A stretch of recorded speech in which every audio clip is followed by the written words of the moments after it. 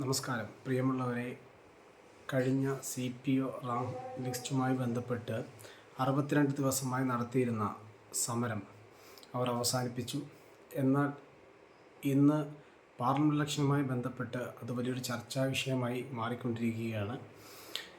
ഭരണപക്ഷ പാർട്ടികൾ ഒഴികെ ബാക്കി എല്ലാവരും ഈ ഒരു വിഷയത്തെ വളരെ ഗൗരവമായ രീതിയിൽ ചർച്ചയാക്കി കൊണ്ടുവരുന്നുണ്ട്.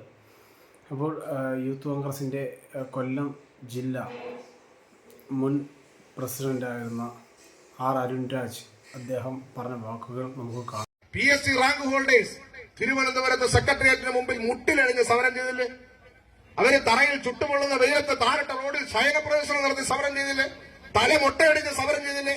മുട്ടുകാലിൽ കുത്തി ഈ തമ്പുരാന് നല്ല മനസ്സ് വരണമേ എന്ന് അവർ പ്രാർത്ഥിച്ച് സമരം ചെയ്തില്ലേ? ഈ പിണറായി വിജയൻ അവരുടെ ലിസ്റ്റിന്റെ കാലാവധി നീട്ടി അവസരം കൊടുക്കണ്ട. അവരെ കാണാൻ ഒരു മര്യാദ കേരളത്തിന്റെ മുഖ്യമന്ത്രി കാണിക്കണ്ടേ? ലക്ഷക്കണക്കിന് ചെറുപ്പക്കാർ സമരം ചെയ്തിട്ട് അവർക്കൊരു അപ്പോയിന്റ്മെന്റ് പോലും കൊടുക്കാത്ത ഭരണാധികാരിയുടെ പാർട്ടി കേരളത്തിൽ വീണ്ടും വന്ന് വോട്ട് ചോദിക്കുകയാണ്. സാധാരണക്കാരന്റെ വോട്ട് വരുന്നു വേണം, പക്ഷെ തമ്പുരാൻ ആരെയും കാണാൻ സമയമില്ല.